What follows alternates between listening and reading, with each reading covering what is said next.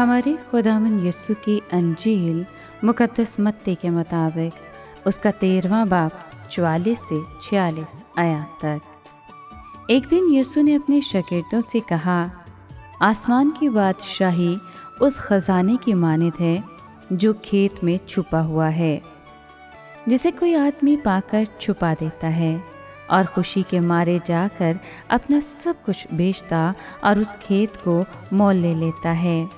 फिर आसमान की बादशाही उस सौदागर की मानित है जो उम्दा मोतियों की तलाश में है। जब वो एक बेशकीमत मोती पाता है तो जाकर अपना सब कुछ बेचता और उसे मोल ले लेता है।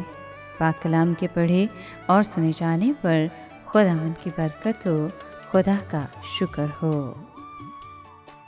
अजीज दोस्तों, यीशु ने घर पर अपने शागिर्दों के सामने 3 और तमसीलें पेश की। यूं मसीह यीशु ने अपने शागिर्दों को आगाह किया कि आसमान की बादशाहत की कदर व अहमियत दुनिया की हर चीज़ से ज़्यादा है।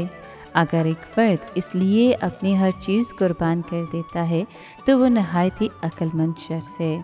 अजीज दोस्तों, आज की ये 2 मिसालें ऐसे आदमियों के बारे में हैं जिन्होंने एक कीमती चीज़ की इतनी कदर की कि वो इसे हासिल करने के लिए बड़ी से बड़ी कुर्बानी देने को तैयार थे। ताजर ने फौरन अपना सब कुछ बेच दिया ताकि वो एक नहायत कीमती मोती को खरीद सके। यीशु मसीह के शागिर्दों के लिए इस मिसाल को समझना मुश्किल नहीं था। जिस आदमी को खेत में खजाना मिला उसने भी अपना सब कुछ बेच दिया ताकि वो इसे हासिल कर सके। दोनों मिसालों में एक कीमती चीज़ की कदर की गई और इसे हासिल किया गया।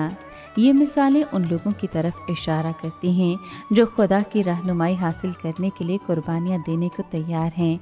जिन लोगों को यीशु ने ये मिसालें दी उनमें से कुछ खुदा की कुर्बत हासिल करने और मसीह की पैरवी करने के लिए बड़ी कुर्बानियाँ दे चुके थे।